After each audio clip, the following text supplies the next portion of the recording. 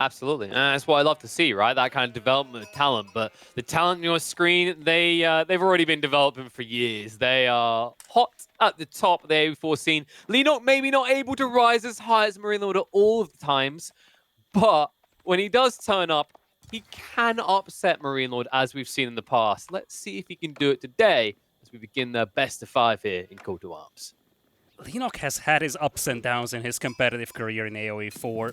There was a period when he was one of the most dominant players, and then after some changes in the meta, he kind of fell back a little. So it's very difficult to predict what to expect here from Leenock. But he's undefeated in this tournament, and he's got that crazy micro ability that he always had.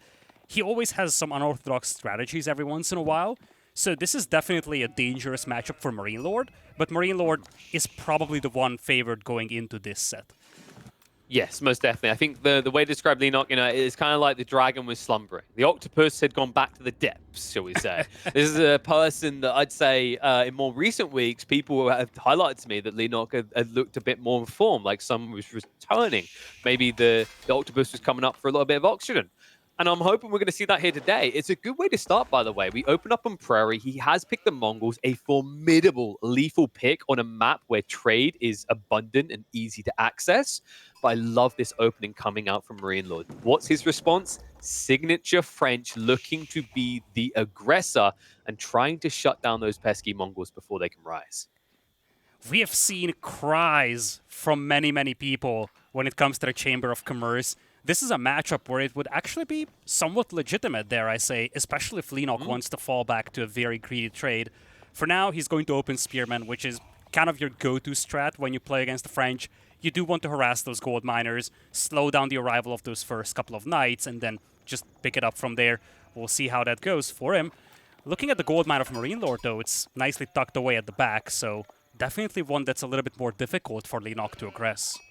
Yeah, especially with the way that Leenock has begun. Because his Uvu stone was on the south side of his base, he might inherently gravitate to the left side of MarinelorD's setup, which would slow down his tower placement. It might allow MLord to get enough gold, not only for the tech up, but the first knight if he chooses to go with the School of Cavalry. I love the Chamber of Commerce idea, by the way. It's someone that's been memed on in the past. It does have some validity here, but it can be uncomfortable when you know there's going to be a spearman opening, because you're essentially sending those poor traders out into the woods to never return. I feel like it's just a gamble that you do not need to take, and this is something very reminiscent as we have a tower coming up over here, MarinelorD. He does not see that tower, and that's actually a very uncomfortable tower for MarinelorD to face. That's a tiny wood line that he's about to take, and he's yet to realize that he's going to get towered. He's also going to be cut off from the stone, and this is where you see the big difference between Prairie and Dry Arabia. It's much more difficult to secure those resources, and you see this scout coming in clutch here for MarinelorD, spotting the tower, but it comes in a little too late. Lumber camp already finished. Now, it isn't the end of the world for MarinelorD, because one thing that has to be highlighted here, the difference in the way these two have opened, because MarinelorD went for that second scout, he should have an abundance of safe food. Leenock, as time goes on, could be in a bit of danger town. As someone that Vodka just highlighted there on the left side, additional berries as well as a small second wood line, the reason that's important is it's hugging the edge of the map, where you've also got this weird little cliff spawn. So it's actually not as easy for Leenock to roam around the backside as he otherwise would. In fact, in some ways, getting funneled like that can actually be a downside. And oh my dear God, I think I know what MarinelorD done with his Wallaloo earnings. I think he actually opened a sheep farm. Holy smokes, with that many sheep, you would think he's playing English, but boy oh boy, is he not. That is 28 sheep for him. He went double scouts, and boy oh boy, was he rewarded for it. This will make life so much more difficult for Leenock. You look at the French, and they have to expand towards food rather quickly. Hunt, berries. With that much sheep, that's not a thing. Exactly. I love that you highlight that. And the issue on the other side is Leenock is going to have to come out and play Danger Town. He could go into a wonderful little, I am the only the Mongols have, like the pastures. However, you're on a map that doesn't have much wood. Do you really want to be investing 150 wood per pasture when you need it for so many other things, like counter to units? You might need to get into additional spears. Those also cost wood. You might need to amplify the stable count. It's a tough map to play that balance. It's why I love MarinelorD's opening so much. And bold is he in the follow-up. He is going to go to the archery range. I don't think this is a long-term investment. More so he can just buffer away the spearmen with 2 or 3 archers while the knights go and party on Leenock's side of the map. Yeah, Leenock pulling back some of the spears to protect the gold miners. MarinelorD ended up harassing some of those villas with the scouts, and that means that a couple of those villagers on the gold mine are damaged. Makes it much easier for these knights to pick them off, and that's something to keep watching for. But for now, MarinelorD is going to hold back the only knight he has, quickly switching into archers. He is going to have trouble accessing wood, though. As you see, that tower is up and it's garrisoned by 4 spearmen. Yeah, that's great that you highlight that. Did he actually hit all of the villagers down to 48 on that gold line? I doubt it. Whoa, Oh, look at villager that. Bull! Get off my lawn! Well, this will be definitely very successful here. In fact, he's even got archers to pick off the spin when they come out. And all he's going to get for this is 1 scout. This is not a good feeling. Really, Leenock, I have to be honest with this. This tower kind of felt like it'll have to do one. It didn't really prevent anything in the grand scheme of things, right? MarinelorD didn't look like he was going to rush for a second TC. He was still able to access the wood. And that's as soon as I say that, he is now going to transition for that second town center. But he now does so not from a position of weakness, right? Nothing inherently got slowed down as a result of this tower. In fact, I think Leenock was kind of just settling for something at that stage because he couldn't find that jackpot he was looking for. This is the only reasonable stone that MarinelorD can mine, so he really needed that tower gone. And I love the thoughtfulness that he put into this. He went for textiles before assaulting that tower. Everything was just so well streamlined for this. And now, he's working his way towards the second tower. On the other side, Leenock is starting to mix in some Keshik though, and he does have the Silver Tree. So many times have we seen the trade build beating multi-TC builds. MarinelorD is going to have to be active hunting down those traders here. It's such a wide map. It's very difficult to defend your traders, but something that the Mongols have, if they can actually start to search those numbers, is, of course, these Keshiks. I really like Keshiks in the French matchup when you're trying to defend your own trade. Because the reality is, like, for these knights, they need to quickly find a pinch and get out. Whereas Keshiks are happy to just keep harassing, chasing, and tickling away at you because they're able to actively heal while you need to be out of combat and have chivalry researched. Now, one thing that does benefit MarinelorD is this is a very open map. It's not like when we've seen this previously in Frisian Marshes where you have all these small tree lines to assist you. But this knight looks like he will just about get away. So good first reaction from Leenock. Starting to kind of constrict the map a bit, but we have to remember MarinelorD has got a second knight on the way. He should easily be able to sneak that in between the TC and the Silver Tree. Yeah, the second TC has been slowed down. You see, MarinelorD doesn't have enough stone to build it just yet. Those Keshik pushing away the villagers is buying precious seconds for Leenock. And let's not forget this, right? The scout went over to the corner, blocked the Silver Tree. This Spearman had to run all the way over to get him the hell out, right? So that actually delayed the traders by, I want to say, like 25 seconds would probably be how long it would take a Spearman to run across there.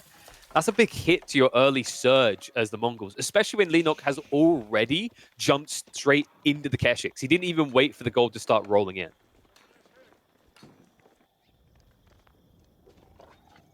Yeah, traders looking good. Now they're traveling full distance here. Not a lot of towers. Basically nothing protecting these traders right now, aside from those 2 Keshiks that we have out on the field. But MarinelorD doesn't seem very concerned about it right now. He's just building up a force back at home, has a lot of food to work with, just now moving back to stone. That second TC is going to be so heavily delayed here, KP. Yeah, but I wonder if this was originally the plan. Like, you know that the Mongols are going to come at you, right? So you can't just try to greedily, blindly go for a TC immediately. You know you're going to have to build some sort of army. It's interesting to see MarinelorD escalating the archer count now up to 5.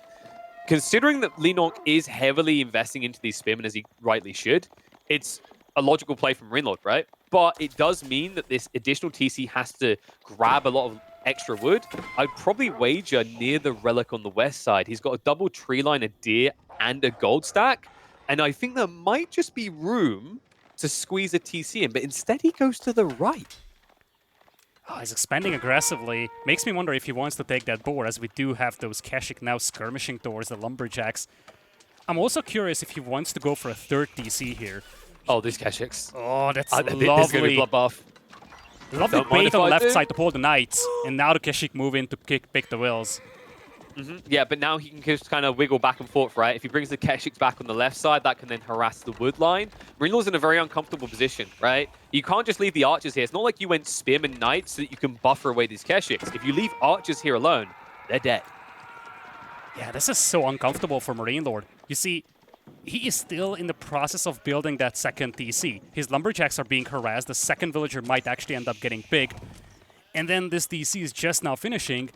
Behind this, MarinelorD has to just keep all of his forces back, so Leenock can get away with a very greedy trade here. And very greedy indeed. I believe he's already up to 7 traders. Great follow-up here by Leenock after the annoyance around the Silver Trees placement. Of course, MarinelorD, he's going to commit matricide? Is that the... I know it's patricide the other way. Matricide. We'll go with that. Actually sounds like you're murdering a mattress. MarinelorD goes heavy on the eco as well, going for double broad axe, food upgrade on the way as well. He already has wheelbarrow, so it kind of feels like he just wants to keep pace with the opponent's eco. But I don't know if this is going to work well for him. I feel like this second DC was just so heavily delayed. I know I'm repeating myself here.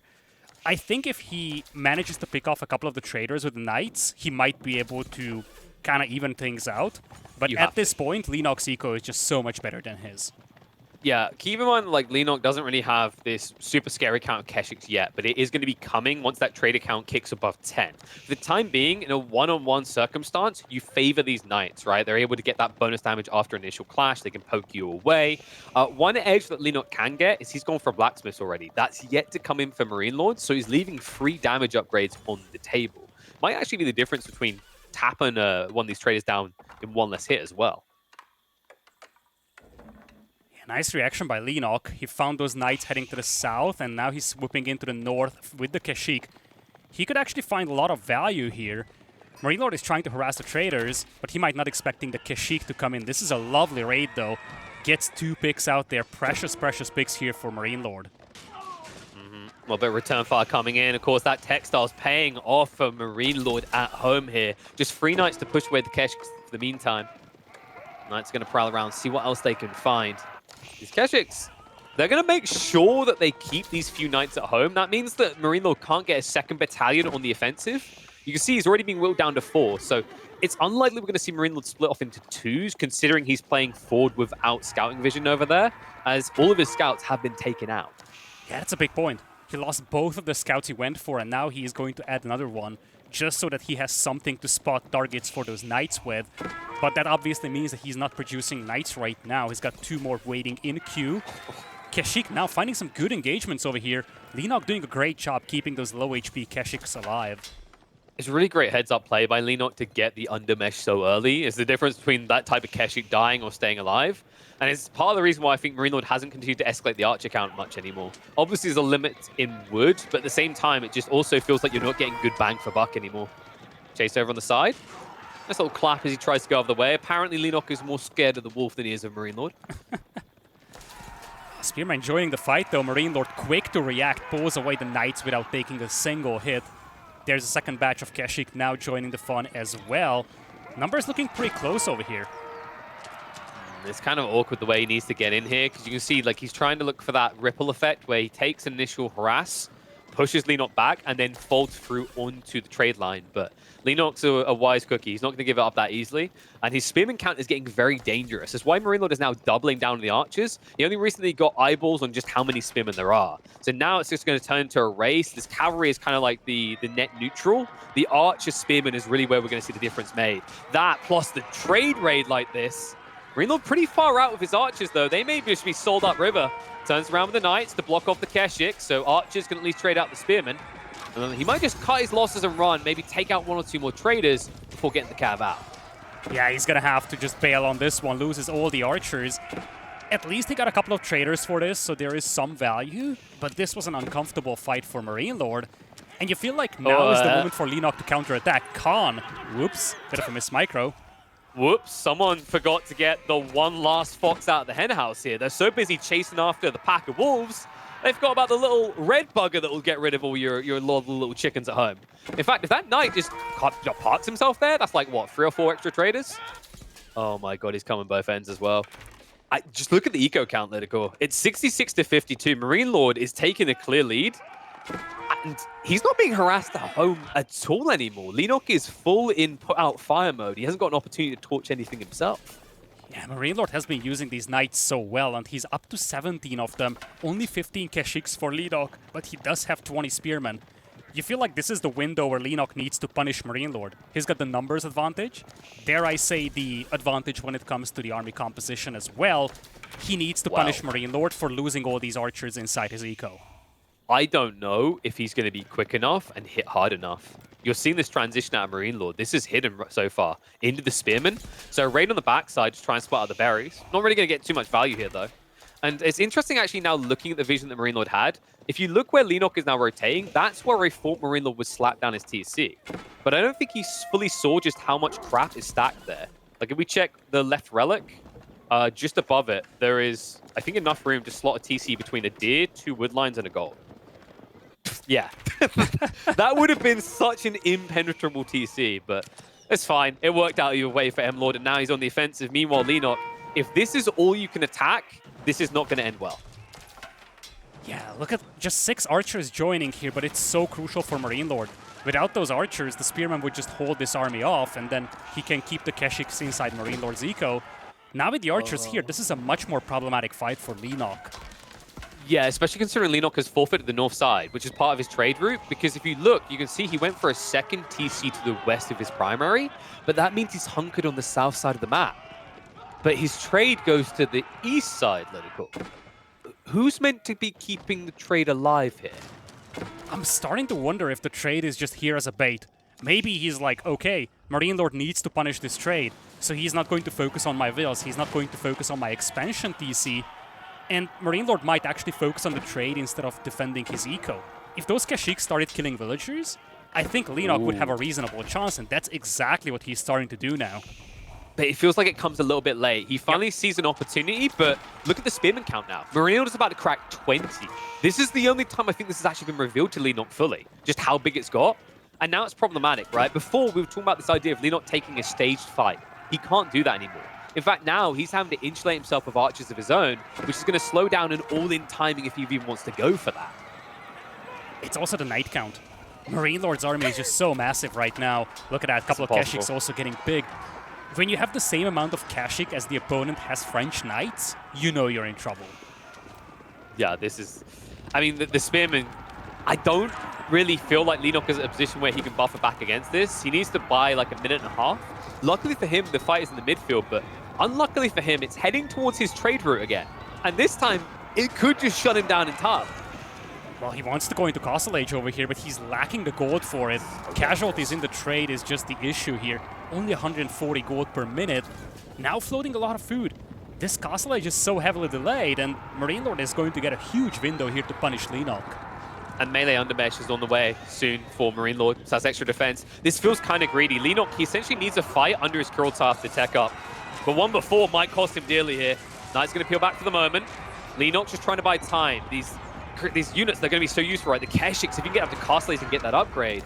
But the problem is, if MarinelorD positions too close to the base, even once you tech up, you're going to be forced to take a fight before your upgrades come through. Well, fight's already being forced. Archers whittling away at the Spearman. Knights are going to peel back for the time being. Looks like a few spears were peeled off to chase after the trade. Probably not the best use of their time. He continues to push in. Knight counts, similar to the Kashyyyks, but they're just hitting harder right now. And that Spearman count, it's whittling away at Leenock. Will get the tech up out. And instead, MarinelorD, he turns around and hits onto the trade. But that means he's going to be throwing away the archers. And MarinelorD, as it stands, is nowhere near a tech up himself. This is dangerous for MarinelorD. As you said, he's still in Feudal Age and he's about to lose his archers.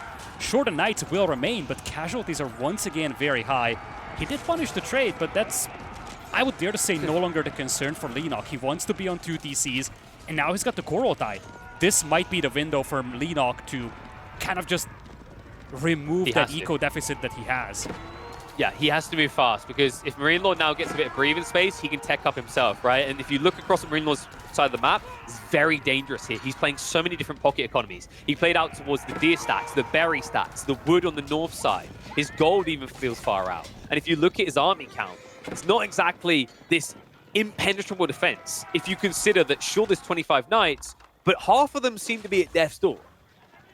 Exactly. And you look at MarinelorD's army, 13 spearmen as well. Leenock's got a lot of archers now. That's something that has been missing for most of Feudal Age. And those archers will just pick off the spears. This is a very formidable army here for Leenock, and he's about to use it. Leenock still no archer upgrades, though. He's got the defense arrow. That's going to be huge here. The Keshik stand their ground. They are upgraded to Castle Age now. They can go toe-to-toe with MarinelorD's Knights. And in fact, they can come out ahead. Last group of archers going to peel back a little bit further. It looks like Leenock is going to be buffered away for the time being, but MarinelorD now forced to double down on military. I don't see him getting to Castle Age anytime soon. Leenock did not focus the spearman with the archers. It's probably cost him quite a lot of Kashik over here, and it means that MarinelorD survives this onslaught. He does have to make a farm transition though. You see his food eco is kind of disappointing at this point, and he's floating a lot of gold. But as you said, he's stuck in Feudal Age, and without food, he's never going to get to Castle. Yeah, this felt a bit dicey. Leenock keeps trying to get the Keshik back in to help defend, but the longer they hang around, the more things are actually throwing away to the MarinelorD War Machine. But it's because he's so desperate to protect this trade, right? It's his insulation. You can see on the eco count, he still can't match MarinelorD's count, even though he's now 2 TC plus trade, because of the harassment that keeps coming in to this same soft spot in Leenock's formation. Once again, he's going to clean up some of these archers over here, but one thing that MarinelorD does very well is keeping those knights alive. He still has 13 of them. On the other side, Leenock has lost so many Keshik in these fights. Man, it's little pinches like that as well. You bait 2 Keshiks out, you throw away, what, 3 or 4 spearmen that are already going to die? It's a worthwhile exchange there again for MLord. In fact, destroyed value, is, you can see he's just kind of whittling away and getting a slight lead here. But, I mean, my worry is, if you don't get in as soon as Leenock, the walls are now going up. Then we can begin to talk about MarinelorD making that transition to Castle Age himself. He's already transitioned to farms. We also have to remember that Leenock, I'm pretty sure he went into pastures already, which is why he's been able to constantly sustain this level of Keshik push. Yeah, he's got 1,800 food per minute. Some of that coming from Boar and Hunt as well, though. But now he's got decent momentum. He has gotten the Spearman veterancy. These Knights can no longer stand and fight. And MarinelorD is still very far away from Castle Age. He's actually floating a lot of stone. Makes me wonder if he wants to go for a 3rd DC at this point. Obviously, the players don't see the exact eco numbers. And MarinelorD might think that Leenock's trade is bigger than it actually is. So there are some interesting mind games coming up for the next few moments. But Leenock does get in. Finally an opportunity to get some villager picks. Villagers on the wood line will be pulled back quickly. Textiles, once again, definitely has paid its dues this game. This clash should push Leenock back. Not really a big enough force to contest. Now, that stone, you talked about it for a TC. Let's keep in mind, this could also be Castle Age into immediate castle drop from MarinelorD. And it would make a lot of sense considering how much map he's been forced to forfeit in the interim. If he goes for a tech up, he knows he's going to be sacrificing 1,800 resources, which could have been 10 additional knights in this clash. But I got to say, LidaKor, looking at that military difference, MarinelorD can afford to sacrifice 10 knights worth of production right now. Absolutely. If he gets to Castle Age, he can turn that stone into a keep, as you said. It's just a matter of getting to that Castle Age. He's still lacking food, but he managed to just hold off these forces, and now his knight count is back to very healthy amounts. 22 knights against 8 Keshik only. Yeah. Now we have a crossbow transition from Leenock, but the numbers are starting to favor MarinelorD. This is the window that MarinelorD can use to get to Castle. It's so late to go into crossbow in this stage. He has no other choice, right? But now my worry is, if you're MarinelorD, actually, you're already doubling down on archers. Continue to do so. If you ever get a tech up, just upgrade them, commit to archers still. It'll work out fine against the crossbows. But something that has not worked out fine for Leenock this entire game, trade. I mean, I think he's at, I want to say 7 traders, which is funny because the last time I highlighted the trade account, about 12 minutes or so ago, it was 7 traders. Yep. I feel like he's just trying to insist on it too much instead of kind of using it as a bait or just bailing out on it altogether. Obviously, it's a tough call to make because if he makes that trade work, it is such a powerhouse, but he really can't keep it alive. I think he needs to just accept that. This is a good fight for him, though. MarinelorD losing 4 knights for absolutely nothing. You say it's like, he's kind of baiting himself. In a way, he's baiting MarinelorD as well, right? True. MarinelorD keeps going back there. So it could be it was kind of like sacrifice the arm to save the body logic there. Because you are playing Mongols on a very open map. And you are playing Mongols, which, reminder, folks, they can't build walls. Unlike MarinelorD, who's already created a funnel point towards the center of the map. Yeah, this is what I want to see from Leenock. Using that trade to bait MarinelorD out to harass it, and then just focusing on the villager count on that second DC. His gold income is still very lackluster though, and that's a big concern at this point. Once again gets repelled away from this gold mine. And part of the reason why he's struggling for gold, I think, is because of this aggression. Yeah, this is a point in the game where I begin to not favor Mongols. And it's not just like, look how great MarinelorD's doing. It's because of the natural way you now have to play the map. You're shifting out looking for wood in more desperate places, but you don't have easy defenses like a Civ that has walls. And we're about to see the ramifications of that when MarinelorD not only able to take the fight here, he's skirmishing around the backside of his knights. If he spots that wood line, which Leenock is desperately chipping away at, he could just shut down any ability to scale production or push additional spin. Yeah, Leenock also doesn't have all of his forces combined here, whereas MarinelorD does. Finally, Leenock brings in some reinforcements, takes a fight close to the Kurultai, but not quite in the aura. This is an okay engagement for MarinelorD, but he might have to fall back as the Knights are very heavily injured. MarinelorD's getting ready for the tech up. He's about to have the gold required. He's well and truly there with the food. Meanwhile, that wood count is still concerning to me. Look at Leenock's numbers. He's always below 100 wood. He's never able to jump up.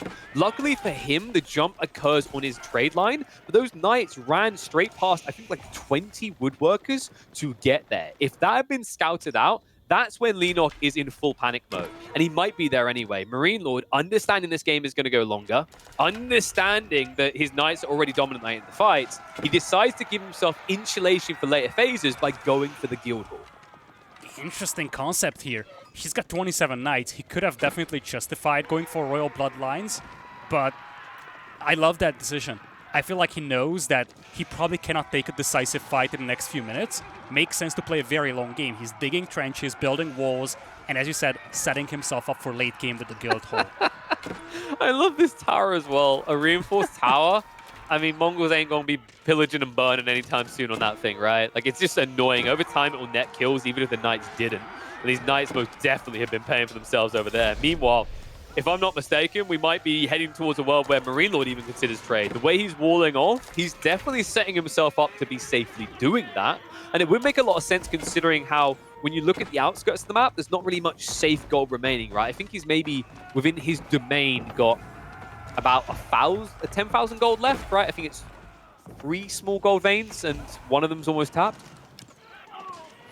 Archer is just getting lost over here for nothing. This is just horrifying for Leenock. He started to catch up on the army department. He started to catch up on the villager count as well. But losses like this is simply not something that he can allow. I mean, you've been losing against the Feudal Age army for the last 7, 8 minutes, right? So it's kind of grim tidings. This is what I'm getting at here. You just saw Leenock. He did drop the 10. He's finally playing for the relics. It shows you how strained his economy was, that he wasn't able to do this at any point sooner.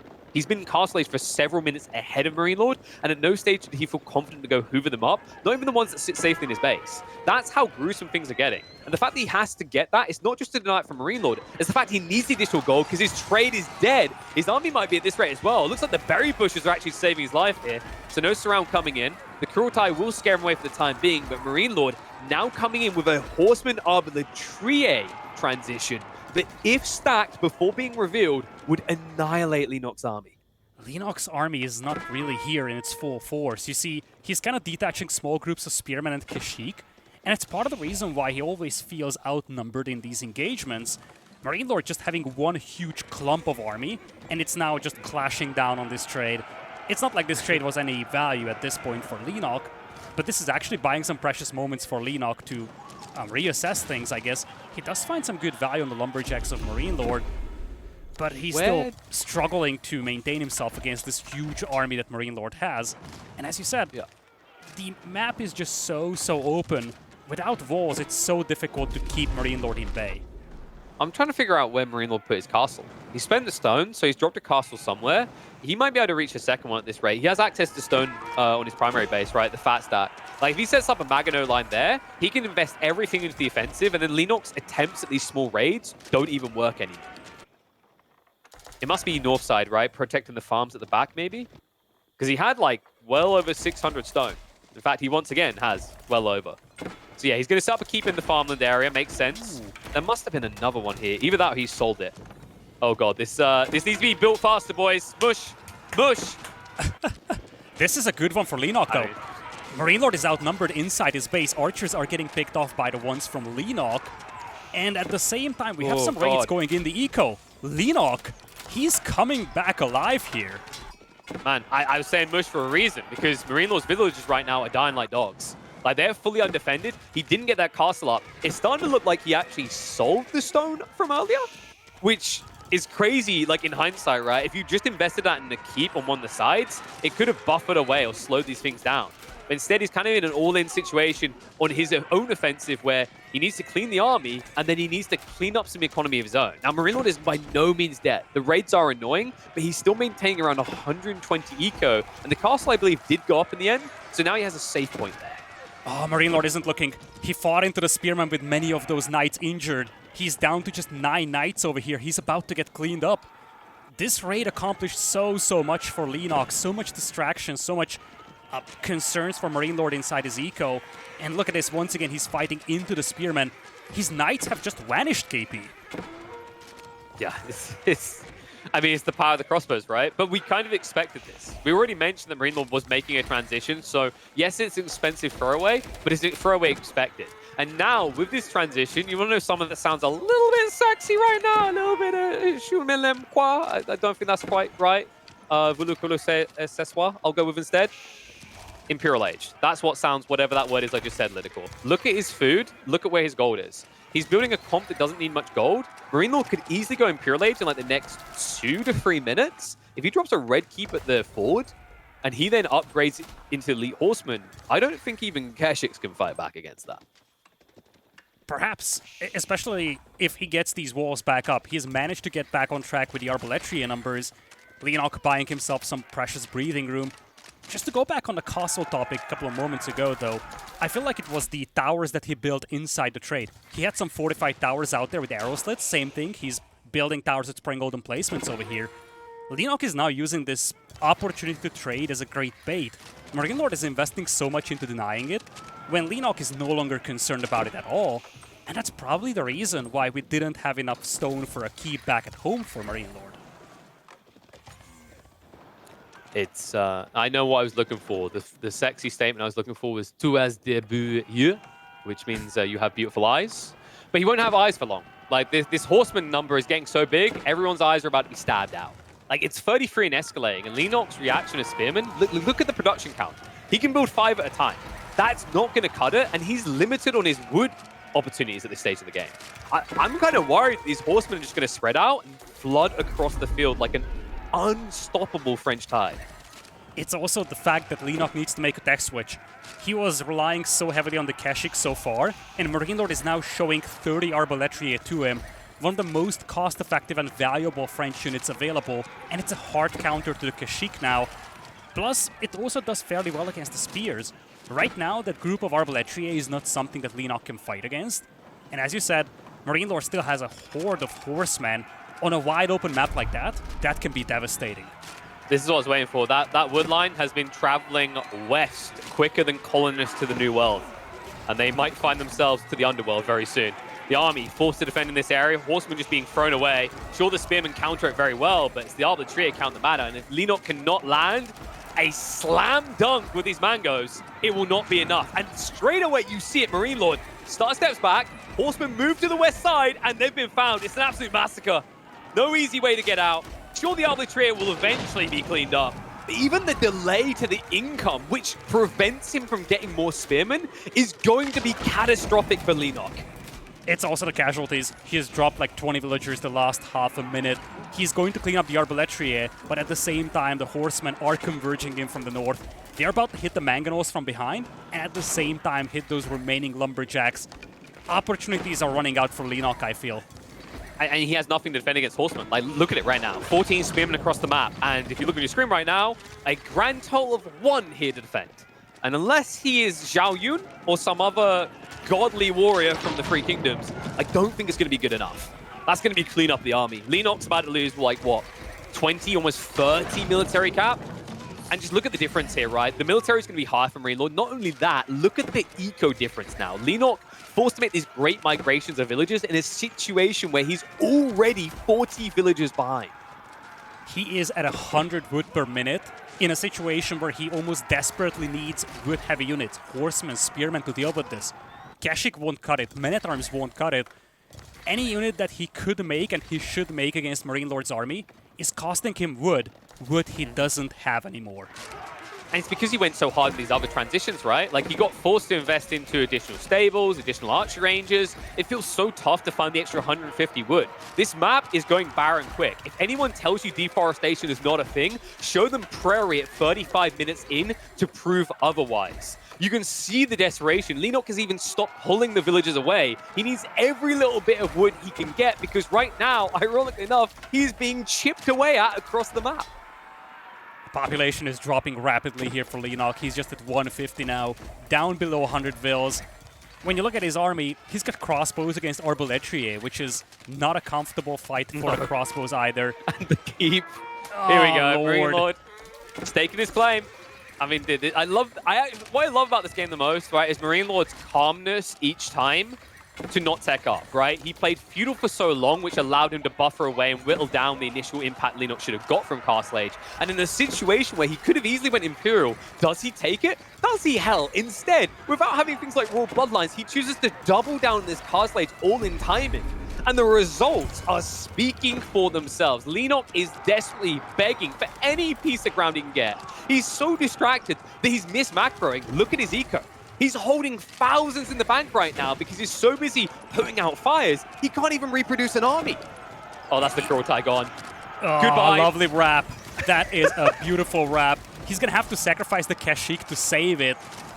He's just, as you said, sacrificing an arm to save the other. It is just too late. Army is just getting evaporated here. LidaKor, wait, he might get a fight with the Kurultai. He might only have 10 units left for that fight, but he might... I'm kidding, he's not even going to get out. I meme on this landmark so much, even after all the changes. It's just, to me, Kurultai quite often feels like a, you're already winning, you win more. And it made sense, right? But like the problem is the map doesn't necessarily make sense. Prairie is such a hard map to leverage Kurultai well on. You haven't got natural choke points. It's a very large map. And MarinelorD, to his credit, has not once given Leenock the control to dictate a good fight where Kurultai can be in place. Indeed. Every time he saw the Kurultai, he pulled back, he chose a different angle, and he just kind of played around it. Now he can go into Imperial. Are we going to see a Red Palace drop? That's the question. Indeed, here it comes. Oh, that's the final nail in the coffin for Leenock. I mean, the funny part is Leenock doesn't need this gold. He's got too much gold, but MarinelorD will happily take it. He hasn't been trading, right? And that should be seen. That should send the message to Leenock. MarinelorD says, wave the white flag. Let's just go next. There's nothing left here for you. Leenock likely just taking a few moments to reflect, figure out what he can do better next time, because I don't think he can believe for a second he's still in this one.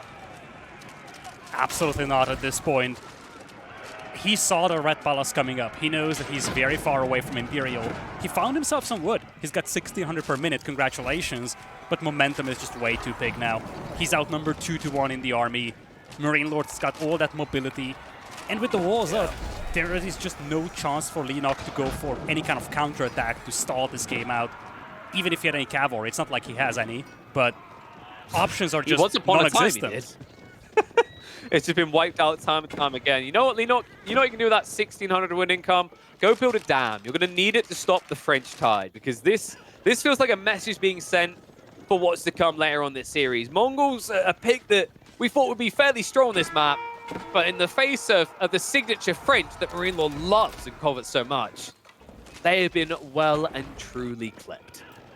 MarinelorD is just on fire today, just like he was in the entire tournament. So far undefeated, just like Leenock. He dispatched Puppy Paw 3-1 yesterday, and he's looking on fire as well. Everything that he did in the game is just so clean. Right from the get-go, cleaning up that tower, getting that second DC going, and being able to just slow that trade down to almost non-existence at one point, and then just slowly grinding down Leenock, playing to the strengths of this map, playing to the unique features of this map, and just cutting Leenock away from the wood. A clinical game here from MarinelorD. Leenock had his moments, but the last 10 minutes was just a MarinelorD show. Now going into the series, Leenock was looking slightly better, not dropping a single game.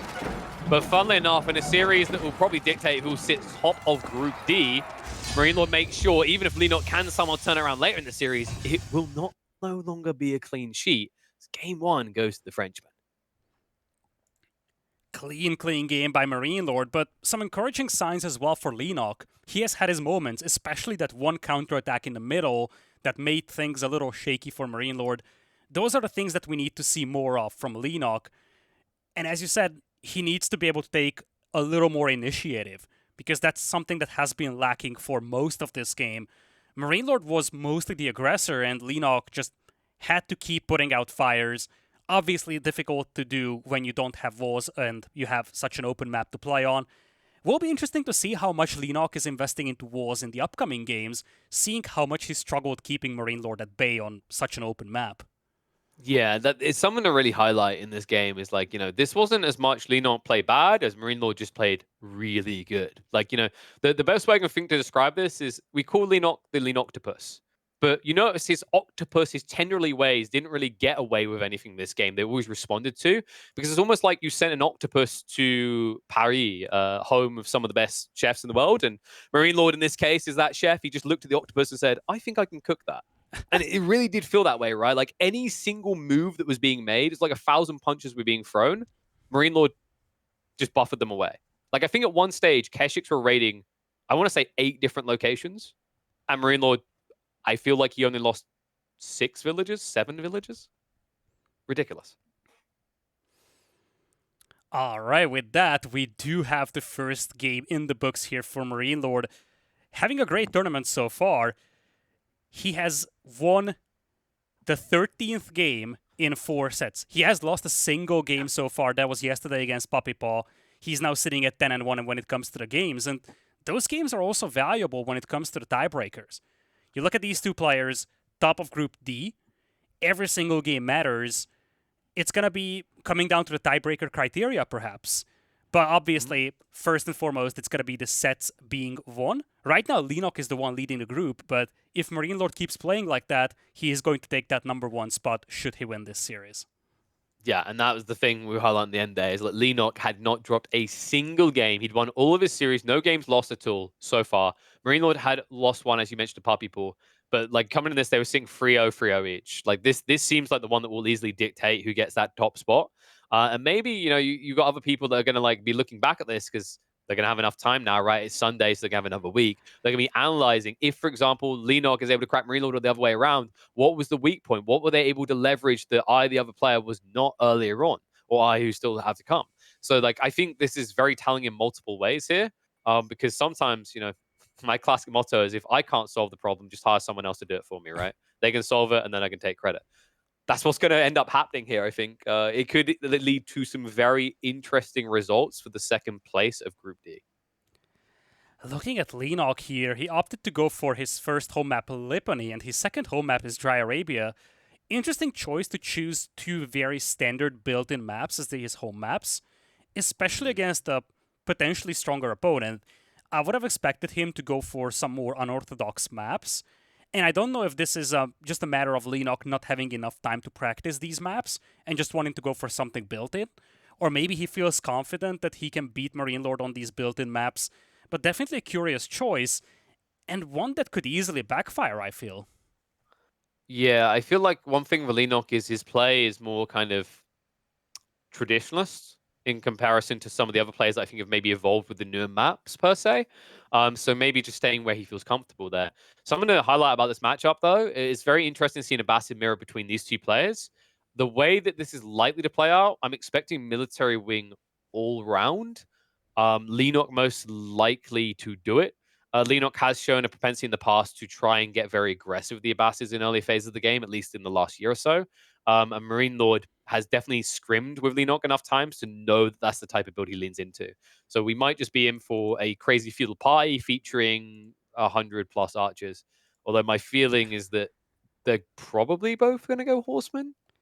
It is kind of the standard meta in an Abbasid mirror with camel archers to support. Looking at Leenock versus MarinelorD, though, while we have a couple of breathing moments, they've only played against each other once in tournaments this year. That was Elite Classic. It was the group stage. MarinelorD won 2-0. Last time that Leenock was able to take down MarinelorD was in N4C, all the way back in March last year. It has been a while, and they've met a couple of times at the end of last year, or maybe even like August, September. So Leenock had his opportunities, but ever since N4C, he wasn't able to take down MarinelorD. And that was a LAN. So Leenock is the kryptonite on LAN, but we've yet to see him be that for MarinelorD online. I mean, I feel a bit doomsay just saying it like that. I hope it's not that simple. I'm hoping we're going to get like a 5-game series. I probably shouldn't do that for our own sanity, LidaKor, as we're doing 4 best of 5 today. Um, Indeed. and this In one's fact, quite long. let's take a quick look at the schedule so that you can see what we have coming up for the rest of the day. Some other crazy series coming up over here, featuring some of the fan favorite big names as well. Second on the menu, right after this set, we will have VAM facing off against Demu, both of them standing at 2 and 1 in Group C. Could easily be the series that decides who gets the second qualification spot from Group C. Then we have, of course, Mista facing off against KillerPigeon. We kind of touched on that at the beginning of the show already. And we will close the day with Vortex versus Beastie. 2 players undefeated in Group B. Neither of them has dropped a single game so far in this tournament. Yeah, it's actually crazy. Like, I want to highlight a bit more on that Group C, the way things are already playing out there, because the 2 players you're seeing on the screen there, they're not fighting for second place right now. Current standings, they're actually fighting for third place in the groups. Because so far, Lucifron and Baltoon have been absolutely annihilating in that group. Great to see Baltoon turning up, but it looks like it's time to turn up for game number 2. We head for an Abbasid Mirror on Lipany. Abbasid Mirrors on Lipany. This is such a classic matchup over here. One that can go in many different directions, one of which is just an endless town center spam. We've seen that a couple of times. And oftentimes, it comes down to how these cliffs look like. This feels more like an open Lipany generation, especially when you look at that central stealth forest. But it's also a very well defendable map for both of these players. Just looking at the map of MarinelorD real quickly, a lot of the forests on one side, easily wallable. Kind of the same here for Leenock, though his right side is a little bit more exposed. Definitely a setup in which both of these players could feel comfortable going for 2, 3, dare I say 4 town centers. It feels so greedy to do, though, especially considering I'm expecting the military wing opening, which means there'll be archers on the table immediately as you're trying to TC up. One thing to really highlight on this opening, though, LidaKor, is the difference in scouting patterns. I love what MarinelorD done here. He carved a path all the way across the map. We can actually see it if we look at his specific vision. He essentially just went straight down the middle and then has worked his way up. Meanwhile, Leenock took a very kind of calculated corner, something that we usually see from civs that need the sheep at the beginning of the game. But remember, this is an Abbasid mirror. You don't immediately need to hop sheep. You can go across to the berries instead. The stress is on the word mirrored, though. As much as you don't need the sheep, every little piece of advantage that you can grab comes in valuable, much more valuable than in the case of non-mirror matchups. So, being able to take away the sheep from your opponent is definitely some good value here. Exactly. That's the point, right? He doesn't need the sheep at home. So instead, he can just run further. He doesn't need to come back. The whole idea of Leenock's rotation is a logical one because you need to drop off sheep because you're about to run out. But if you're not strained like that, you might as well keep your scout out because otherwise you're wasting time running him home for nothing. And as expected, we are going to see the military wing coming up. By the way, final thing on that scouting fort, Leenock actually went west side afterwards. So he just wasted his scout's timing. MarinelorD is now going to be able to dial across the northern corner. He should end up with the lion's share of the sheep on this map. Yeah, indeed, you see, Leenock is just now moving mid-map, but it's coming in too late. MarinelorD has snatched basically all of the sheep from this area. And it looks like MarinelorD opts to go for the economy wing here. Definitely an opportunity for Leenock to dictate where MarinelorD can expand. He's going to have the spears, he's going to have the archers. Stones are both very close to each other for MarinelorD. Same thing with the golds. You feel like this is, I don't want to say the win condition for Leenock because that's a little too far-fetched, but a great opportunity for Leenock to influence the early game here from MarinelorD. It is very greedy what MarinelorD has done here, but I think it's because of that stone outcropping spawn. It's so retracted, it's hard to rush with these initial military wing units, right? So it should be that MarinelorD is able to get what he needs for the TC safely before being harassed. He might be forced to drop the TC quite defensively though, right? Like ideally you want to drop it maybe east side of your initial wood line, so you're on the berries, gold, deer type area, but that might be too far out unless he builds a few units to defend against the incoming archers. archers.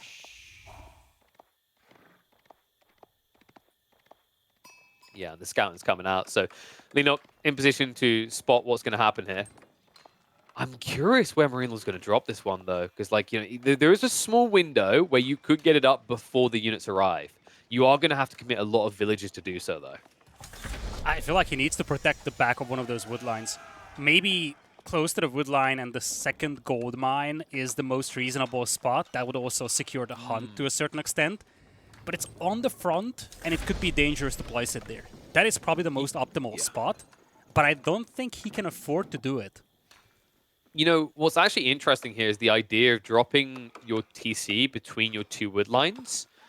The logic being, like, typically you'd have to drop a TC in a greedy location to get value, but we have to remember that he should have ended up with more sheep than his opponent. So he should be able to sit at home on food longer and not be as strained as you otherwise would. On top of that, he's playing the Abbasids, right, that do get cheaper villages, so you don't feel that food strain like other civs do with the second TC. So he is going to go for that safe town center, as anticipated. Yeah, he wants to secure that gold mine. Not something that he will need immediately. He's likely going to play into horsemen, archers in Feudal Age. So he could get away not having gold for some time. But here come the archers. The second TC is close to the first one, so the spearmen won't be able to engage. But the archers might be able to get a couple of shots out. MarinelorD just needs to move around to the west side, and he should be fine here.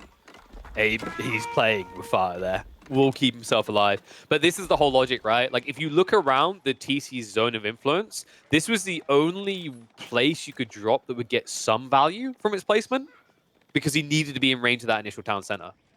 I do love the fact that he didn't just try to contest this whole idea of 2 spearmen, 2 archers at the beginning anyway. Like, you would be getting into a micro battle, and we know MarinelorD is a god of micro, but there's no denying Leenock is also up there as well, right? So why play into a potential strength for Leenock when instead you can just play to one of his weaknesses now? It's somewhat worrisome for MarinelorD that he only has a handful of sheep under the TC and he got pushed away from the berries, though. We could see for a brief moment that his scout got denied. The spearman held him back. He's just now coming back with the sheep. Yeah.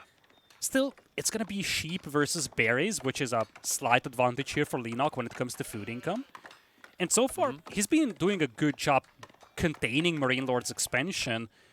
On the other hand, Leenock is just now building his second TC, so he's going to fall behind when it comes to the villager count. But keep in mind, Leenock paid full price for this TC, right? He didn't get any discount. He didn't have the eco wing to benefit him that way. And MarinelorD, because he got forced to go hard onto wood, Leenock's containment field isn't going to last long here. Leenock hasn't built a military structure yet, right? He doesn't have any follow-up to this. So MarinelorD can now return the favor. He's got mass wood, he can spend it on archers, and then he can run across the field and try to tickle away at Leenock's economy. Yeah, that's a big thing. This army is going to get cleaned up over here. You see Leenock, in fact, is pulling away these forces as he sees the first archer arrive. Realizes that he's yet to start adding army himself. I'm actually wondering if he wants to go for some horsemen over here to try and deal with this, as he is on stone. He wants a third DC, will be scouted by MarinelorD. We'll see if MarinelorD just doubles down on the army, or he wants to go for a third himself. No. This is the thing. It's a knee-jerk reaction. Like, he was already moving towards it, but the moment that he sees that MarinelorD's pushed archers north of his base, he knows what's happening for MarinelorD. It's another town center. So it turns into a race. What sucks for Leenock is the more this becomes a TC race, the more your build doesn't feel good, right? Because you didn't go eco-wing. You're not getting discounts here. What it feels like when you do this in Leenock's position is you are on the timer to make something happen. The advantage you now have in Feudal Age is actually in military offensive, right? Because you've got boot camp. So what you want to try to do is turn this free TC boom into an offensive before Castle Age comes in. Otherwise, MarinelorD can get military wing then, and all of a sudden that one edge you have is gone. In the meantime, MarinelorD has fully exploited Eco Wing to its benefit. Certainly. The thing with the military wing in Feudal is that it's extremely front-heavy. It all comes down to how much you can get out of that 2 spearman, 2 archer combo that you're getting as your age up. And you feel like there was some value here for Leenock, but it was kind of limited. He didn't kill villagers. He wasn't really able to deny optimal TC spots from MarinelorD. And now MarinelorD is... Look at this. MarinelorD isn't just adding a third TC. He still has 185. I think he might be going for a fourth even. You do. You 100% do here, because it puts the strain on Leenock now, because Leenock has to end the game, right? He can't just wait around anymore. Even if he tries to fast castle here, MarinelorD will now be able to catch up on you.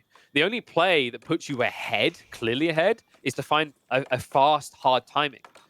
My worry is that this is the only TC that's vulnerable. The way MarinelorD is sub his base with his TCs condensed means you can't easily just dive in and end one, right? They're going to be linked in with torch armor. So you have to make a slow commitment to rams.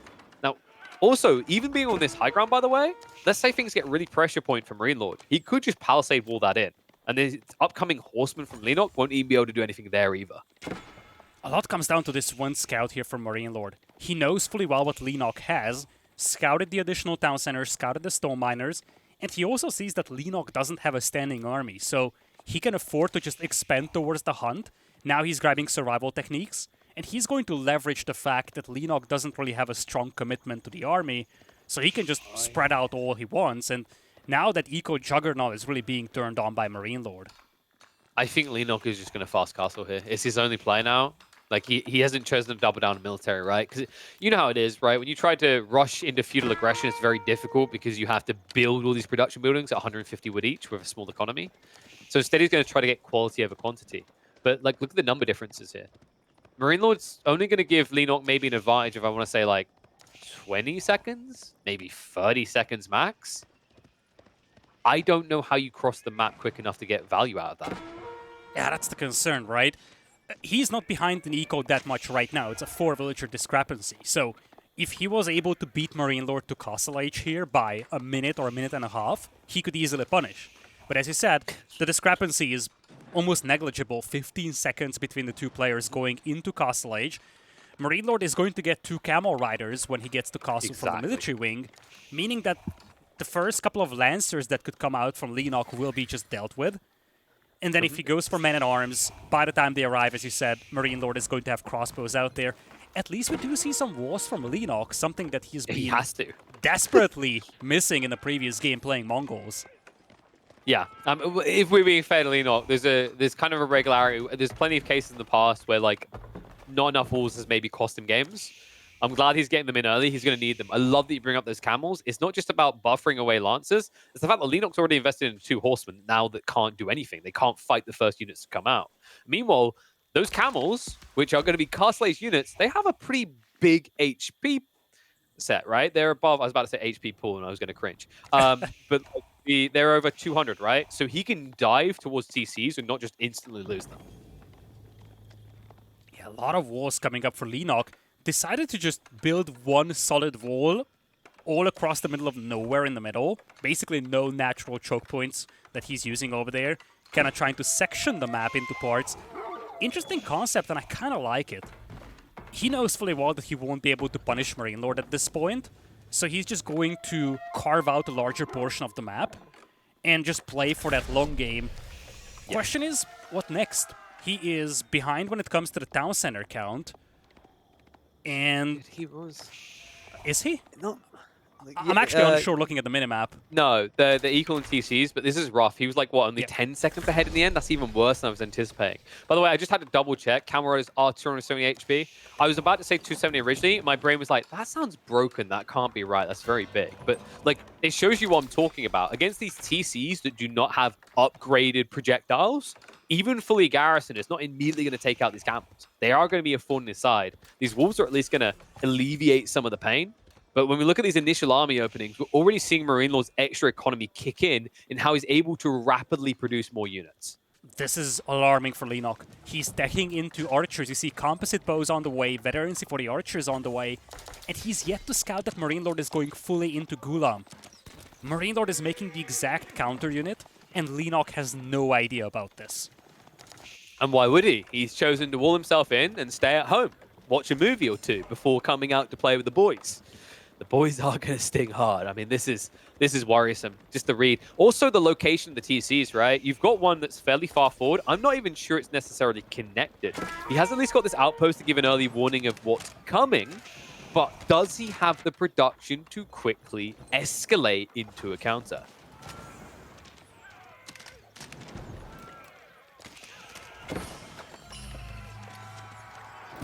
I think the answer might be no. Not liking those numbers. I mean, he's going to lose the forward scout. He went into the relics early, by the way. I don't believe MarinelorD has done this yet. No, he has. Okay, Yeah, in well, fact, MarinelorD is the first one so to many pick up the steps relic. ahead. He's so many steps ahead. Like this is the power of what I was talking about though, right? When they made that military versus eco wing play, because Leenock didn't go for an all in and he just fell back to the standard of Bassett TC boom, he'd already lost the game, right? Obviously, there's the details of how you micro fights and how you macro, but if you then just put things on paper and play statistics, this game has already been won by thousands of players in the past with that one choice.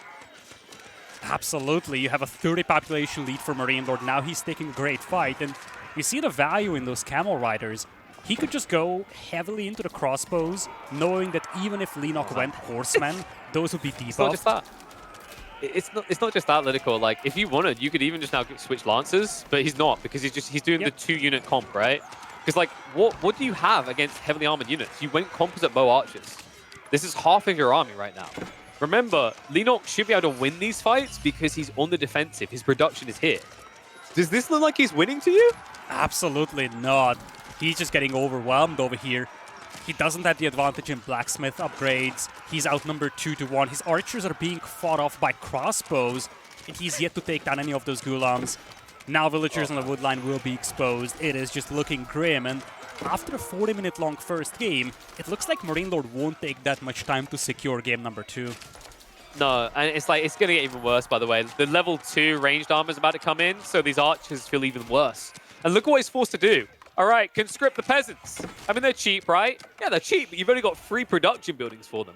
And you just threw a few more away in a situation where you're about to be trailing by 30 villages already. Leenock doesn't know how dire it is because he hasn't seen into MarinelorD's side of the map.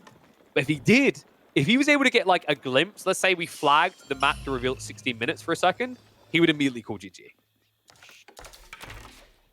He's down by 40 population consistently. MarinelorD has walled off his base as well, so he's nice and secure. He's spreading out more and more, getting more and more of those valuable berry patches under his control. And he's just kind of escalating at this point. He doesn't want to necessarily finish Leenock in the next few minutes. He's fine playing a long game if things go that way. You see, he's picking up relics. He's likely going to start securing sacred sites, but he's still putting a lot of pressure on Leenock here. This is good for Leenock in that it is distracted from a move south that would have annihilated about 15 villages on the berries. It is bad for Leenock because it turns out he was still munching wood here. The crazy part is what Leenock really needs to munch right now is stone. He's 400 stone off the keep drop, right? Which would actually give him some sort of like buffer point. And he has walled initially against what is a half archer army, right? So you could kind of hold this central area for a while, but he's not. He's just trying to match military force. And in fact, he's going even deeper into the depths of archer spam in a situation where it's already not working. I just don't know what Leenock can do at this point. It's tough to say, but in a mirror matchup like this, things have just spiraled out of control. Leenock, this was a good idea. However, MarinelorD may have walled himself as well. I think he knows that. I think the units found a path because they could have just went through the other gate. Oh, lovely mangonel shot in the meantime, but Springald should get rid of that mangonel. I mean, he's done sparse there. One horseman won't even kill the Springald in time. So he keeps Springald alive, gets rid of the mango. The mango at the choke point is going to keep him away. I mean, he can keep doing that and then just torch down this TC. But Leenock sees an opportunity. He has to dive through. But Mango, it is surrounded. It is surrounded but protected. For that is the red army. It means these archers, they're going to be dancing around and dying still. The few Ghulams you have as a front line aren't going to hold. This TC is definitely going down, and this feels like the beginning of the end. The archers just get pushed back over here. You see MarinelorD is confident. He's fighting the archers with the crossbows, and a mangonel is helping a lot. We had like 3 or 4 shots which caught the edge of that formation.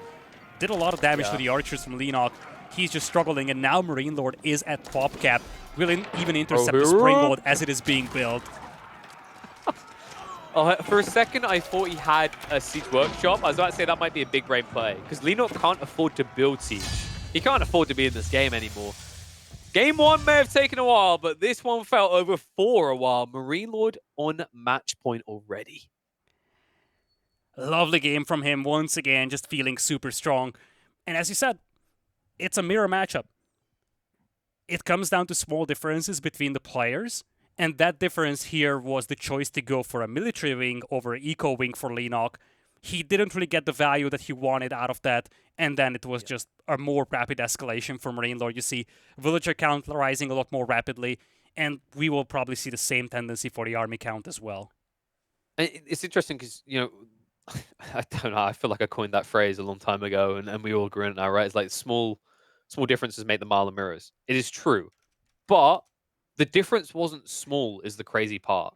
Military wing versus eco wing fundamentally changes the way that you have to approach this matchup from each side, right? You saw how Marine Lord adapted. He kept himself retracted. He didn't get greedy with his TCs. At that point, Leenock felt his only option was to go for this mirrored move, just a worse version of eco wing, right? Looking back, I wonder if he still feels the same way. Because my feeling on this is like the longer this goes on, the more you fall behind, right? You're already now playing a suboptimal build a version of what Marine Lord is doing. So it feels like at some point you need to go offensive, so try and find some way in. At one point, I thought he might try to go and invest in a single ram and distract on the third TC. That would have been an interesting play because at that point, what you're trying to do is pull Marine Lord off of his game plan. Instead, worryingly for Leenock fans, this game felt like he was just playing Marine Lord's game, right? He was just playing to the script that Marine Lord had orchestrated. And now I'm worried we're going to see that again because we've been seeing a reasonable amount of Malians versus English LidaKor. And I got to say, it looks incredibly uncomfortable for the English, especially on an open map like Dry Arabia. It does. It does by a mile. So many options available for the Malians. English kind of need to play aggressive into this one to punish that passive gold income that you get for the Malians, the cattle over time. On the other hand, how do you do that when the javelin throwers will just get rid of all your longbows? Feels so challenging with the English. I'm wondering what Leenock has on his mind, but if he doesn't have something crazy planned up here, I just don't see this. I really don't feel like Leenock can just Yeah. play into a standard old-fashioned longbow rush and then just get something against MarinelorD's Malians here. I mean, we saw how absolutely brutal this can be on day one of the tournament, right? It was Crackedy versus Divine DFP, where Divine, he actually went for an interesting build to try and get out of this problem. He tried to rush Castle Age after a second TC with a condensed format. But even then, these Javelin throwers found value. They're a 6-tile range unit. Compare that to Lombos that do 7-tile range but have no armor. And keep in mind, the armor is so high for these Javelins, they can essentially dive even English TCs and not just instantly pay the price for it. It's very, very worrying. I think one way that Leenock could go to try and address this is difficult. He'd have to first deny vision, which is like almost impossible against the Malians, it feels like in any game. And then he'd have to go for a Mr. branded English build, right? Bring your Abbey of Kings, bring your Horseman follow up. That would be a really cool strat here, especially considering that even in Age 2, as early as Age 2, Malians can tend to play loose with their economy because they're setting up houses around multiple pit mines, right? So I hope he's got something like that in mind because if this is just play Lombos or Fast Castle, I think Marine Lord's already won this game before it begins. I could not agree more.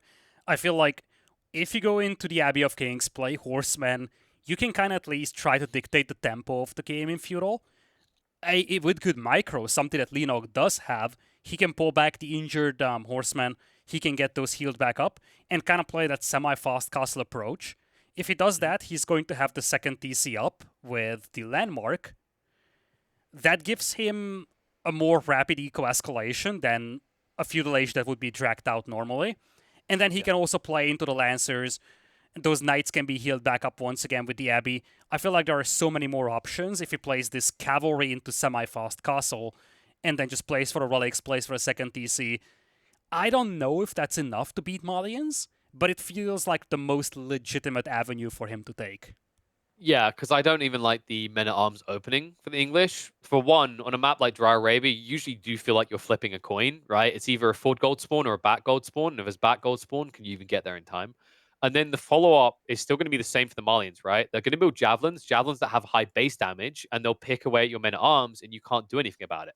At which stage, you might have already intended to go longbows, but now you're going longbows against spearmen, against javelins rather, or you're going spearmen against javelins, which also do nothing. It's like there is only one unit that I think makes sense for you if you're playing feudal here, and a big part of your comp has to be those horsemen. We will get to see though. It looks like it is about time. Curious though, Let's see who's going to win this. It looks like a lot of people are banking on MarinelorD. I would advise maybe shifting points the other way. If you want to get your hands on more points, by the way, I'm pretty sure subscribers to this channel get additional points, which will allow you to store up additional points to make big bank when you bet against MarinelorD in the reverse sweep that Leenock could be doing right now, either in this universe or one of the other ones. But the only way to be able to do that is to subscribe to this channel and get yourself access to some amazing emotes. In fact, if you've got Prime, you don't even have to pay. But even if you have to do, this is September, so subs are at a discount as we head into game number 3. Right now it's just a dark screen, but here we go. MarinelorD versus Leenock. MarinelorD with a 2-0 lead over here, spawning in with the Malians to the north and to the south. It is going to be Leenock playing as the English in blue. And right off the get-go, it is going to be a man-at-arms opening.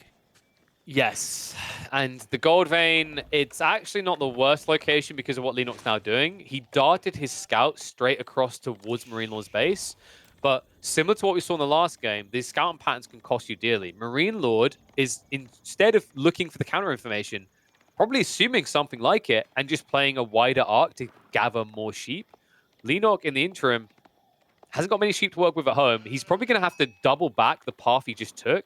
His sheep grab in this first rotation will probably be about 70% as effective as MarinelorD's. And that's concerning when you commit to such an aggressive strategy early on. That barracks is a big investment, the man-at-arms is a big investment, and if you don't have a lot of sheep, sure, English farms are discounted, but you do not really want to start building those farms in Feudal Age, especially if you play into either horsemen or longbows. Unless you play, let's say, a semi-fast castle, it feels so uncomfortable to commit to a lot of farms. So as you said, missing out on all that sheep is something that's kind of problematic. And you see, even with MarinelorD heading out to take all the sheep, he has scouted the first man-at-arms moving in. There is going to be a second one on the way too, though. And you look at the scout cutoff, right? He's now running to the east side of the map to just kind of cut off half the rotation for Leenock's scout. The reason he knows to do this is because of the movement of that first man-at-arms. He moved with a purpose. He wasn't running randomly looking for a target. He was going towards an end location, which tells him that Leenock had already rotated around the back of the base of the scout. So he understands that that scout has to be on the east side of the map, considering his opening went west. Yeah, 3 men-at-arms committed to here by Leenock. Very, very strong commitment, but if he doesn't get anything out of this, you feel like he's going to just run out of juice very quickly. Gives me a similar vibe to what we have seen in game number 2. He's gambling so much on the effectiveness of those initial military units here in like the first 5 to 6 minutes. Which is fine if you're going to commit to the plan. He just needs to commit to whatever the plan's going to be, because what went wrong last game is he gave up on the initial aggression and then played MarinelorD's game. Now, this is at least something, but it's not great, LidaKor. Something we have to remember is a while back, they buffed houses. They used to have less health. I think they got a 25% increase. So you're not even going to be able to burn away as much of this passive gold as you otherwise would have in previous days. I already just feel uncomfortable with the fact he went up to 3 men-at-arms. Like, 2 should have been the cutoff point, I think. You slow down your own tech up substantially. And I think MarinelorD, he has options now. He could just think about going for some sort of pro scouts play, or he could just move towards those javelins we talked about. Especially a good play in a map where the English player got a forward gold spawn. As Mansa Quarry already on the way here for MarinelorD. He isn't really being... well, I'm not going to say he's not being pressured here, but the damage that is being done to him is almost negligible at this point. Sure, he loses a couple of houses, but he's going to be able to drop a safe lumber camp close to the DC. He is going to be able to get that wood back. I think if he builds the houses to the other side of this pit mine, it's even going to be in DC range. So these men-at-arms are accomplishing very little. And you see Leenock is yet to start going up the Feudal Age. It will be with the Council Hall, rushing it up with 6 villagers. It's a heavy burden on your eco. And if MarinelorD scouts that, he's got a very clear path to go on. He can just go javelins. This is so tough, man. Like, yeah, and MarinelorD just got the info about the forward gold spawn. So I wouldn't be surprised if we see an archery range now drop by him. Yeah, straight away. Archery range. These units that he's about to build, the javelins aren't just counter the incoming lombos, they counter the men-at-arms as well. Their base damage is high enough to penetrate. And keep in mind, Leenock still hasn't teched up yet, so he's still got these baby arms. If you check their armor, I think it's, I want to say 2 missile resistance and 100 health at this stage of the game. It's not impressive. Okay, 3. Sorry, yeah, they gave them more, didn't they? But the melee sits at 2. But even then, I think Javelin start either 7 or 8 base damage, so over 50% of your damage is going through to the health directly. Yep, and it's not like you have to necessarily clean up these men-at-arms at this point. They're annoying, but they're not a major threat. It's just the fact that you want to keep these houses alive, and it's not like there's anything else coming at you at this point. But MarinelorD should have a pretty easy time cleaning up these men-at-arms. And once we have that, I think he's already working his way towards cattle. He's got a mill, he's going wheelbarrow right now, but it's possible he's going to go early cattle here. Yeah, I'm expecting it. It's become quite popular, right? Another thing to kind of think about the calculations involved here, right? You didn't really achieve much idle time because these houses don't take long to build. They cost 25 wood each. You killed, what, 4 of them? You're going to lose at least 1 men-at-arms on the retreat because the javelins run faster. Men-at-arms cost 120 resources. You've already lost that battle in a situation where your opponent was also getting passive gold. All right, scratch what I said. Looks like the formation got one of the MAA out, but these guys are going to be MIA from the fights. Like, they don't really feel like they have a grand purpose in the upcoming engagements, right? Like, maybe you run them back to try and poke villages later, but I don't feel like you want to try and make them a critical point in your army formation for feudal. And you see what MarinelorD is up to. He's realizing that it's going to be just longbows coming up. With javelins, he can defend well against this. He's playing a very compressed, tight base, and he's grabbing a lot of eco upgrades. Double broadaxe, wheelbarrow coming in.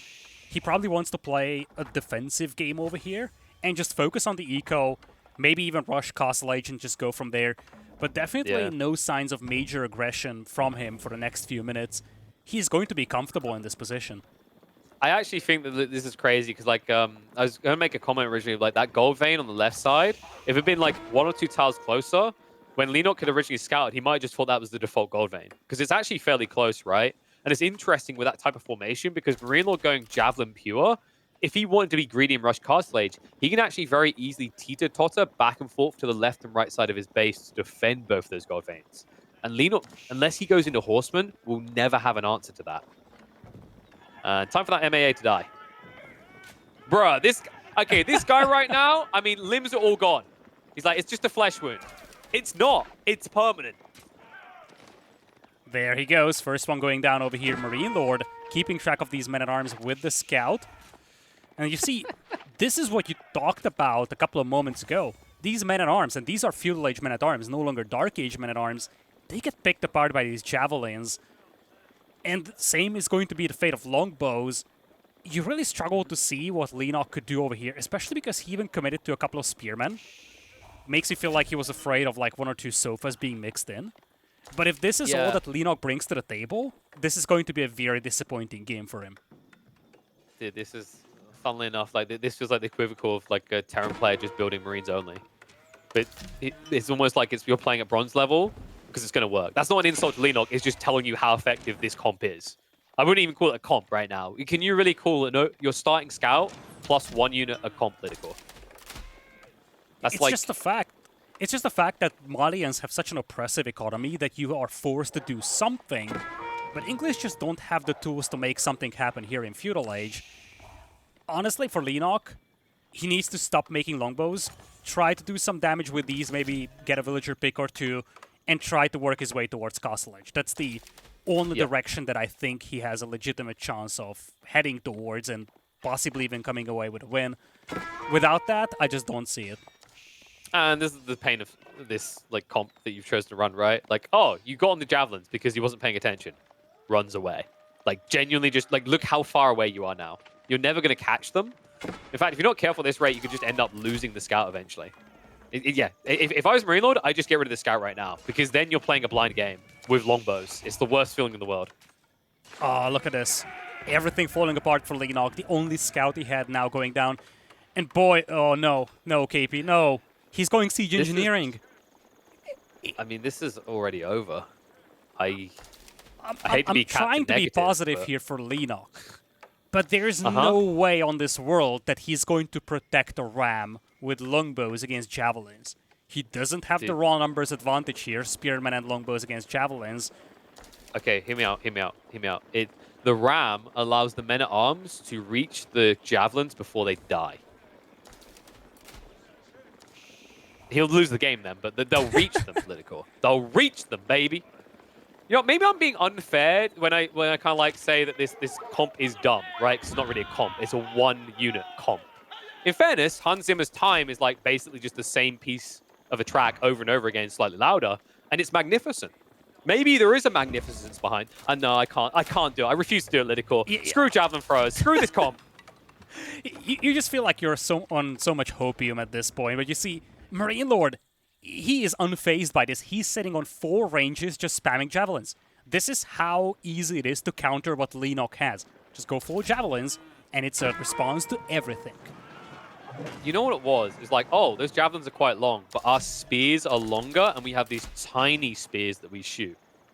Yeah, shame MarinelorD you still can't doesn't throw those care. long spears, right? Dude, imagine, like, this is like, it's not like Chuku new levels, but is he just not going to build enough javelins to just kill rams before they do anything worth?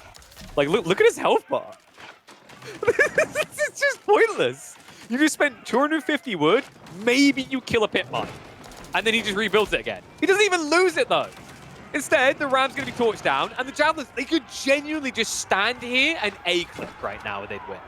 But no, MarinelorD is a man of efficiency, of je ne sais quoi. He cannot allow Leenock to get any value out of this. He'll line formation, clean up the front line, and then sweep Leenock back entirely. Pit mine should go down. I don't think it's even going to. He's at least got a secondary raid on the east side, but this is easily just shifted to the other side of your base, and damage done feels like none. Just look at the destroyed value right now. It's a 4 times advantage for MLord and escalating. It feels so sad. I guess the silver lining is that a couple of villagers got picked over here on the wood line and some here on the pit mine as well. But now Leenock has lost all the longbows, and there's a villager difference of 2 between these 2 players right now. That is not going to offset the difference that's made there by the pit mines, by the cattle as well. And when this army is gone, MarinelorD can just march into the enemy base. Feels like pure desperation for Leenock here, to be honest. Oh, now we're going to get horsemen. Leenock clearly is on a new level. He's like, I just wanted him to commit enough javelins that it was worthwhile. I mean, he got a small edge from that 5 villager kill, but you already highlighted, right? The pit mines make up for that.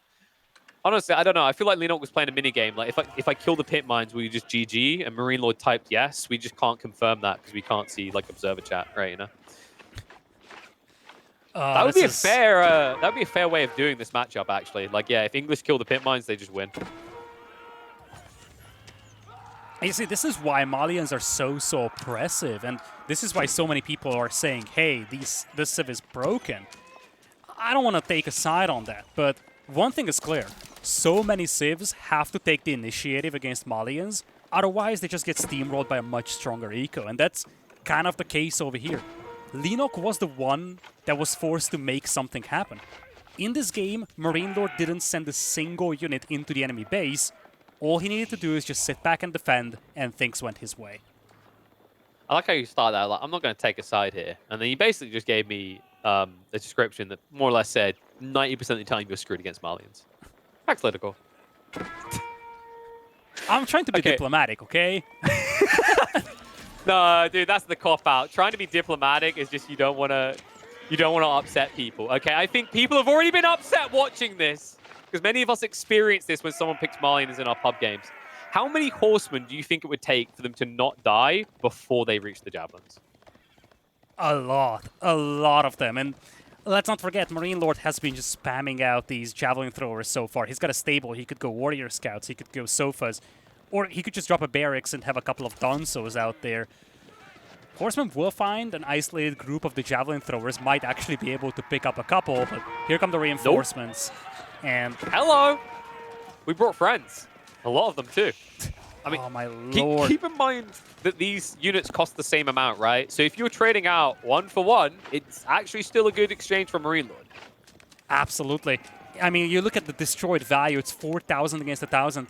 Leenock was barely able to do anything to MarinelorD. It has just been units being sent over and over again against the wall of javelin throwers, not accomplishing anything at this point. Leenock is now trying to get to Castle Age, but he is going to get beaten to Castle even by MarinelorD. Grand Fulani Corral on the way as well. Everything is just falling into the hands of MarinelorD at this point. If he didn't lose any horsemen and they were all here, Rohirrim could do something. But Rohirrim, you're not going to hear him for very long. They're going to be dead soon. Like, the TC alone will whittle away at them. Yeah, this is what I was talking about. Like, look at the Javelin count. You just get one hit. You need about 15. Like, you highlight he's going Castle Age. Imagine if he just built an army instead to try and deal with this. He's still going to lose the game because he's about to be up against Castle Age Marlians as Feudal Age English.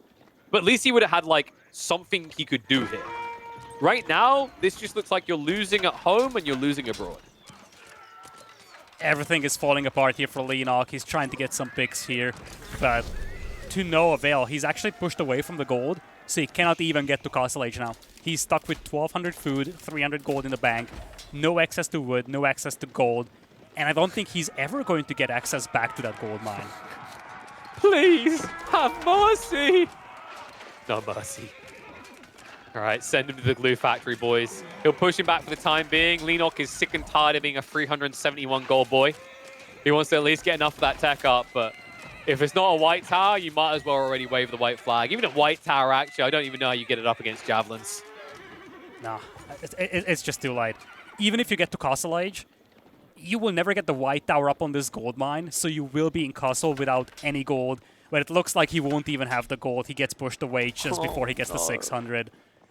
And he gets pushed away from where he likely would have dropped the white tower. It was going to be between the lumber camp and the farms. But like, you just see the reach of these units. They're also now upgraded. So watch what happens to these horsemen's health. Was like 15 shots before. Maybe 10 now. He can kill double horsemen instead of targeting one by one now. In fact, if he micros this right. Okay, no, screw it. We'll just click the same villager. It's already enough damage though. Like, he's now killed more villagers than Leenock has. Yeah, he can dive and he doesn't have to leave. And this is without the level 2 ranged armor. That's still waiting. That's pending. Oh my lord, this is all over for Leenock. He's stuck inside his DC, and Javelin throwers can just dive underneath. DC is full, nowhere to go with the vills. Leenock will tap out, and with that, MarinelorD secures this set 3-0. Just clinical all around, but especially this last game was just so one-sided for MarinelorD. I like to look for positives, places that players can improve or things they could have aimed for in this game. All I've got is Leenock almost had enough food for Imperial Age while still in Feudal Age.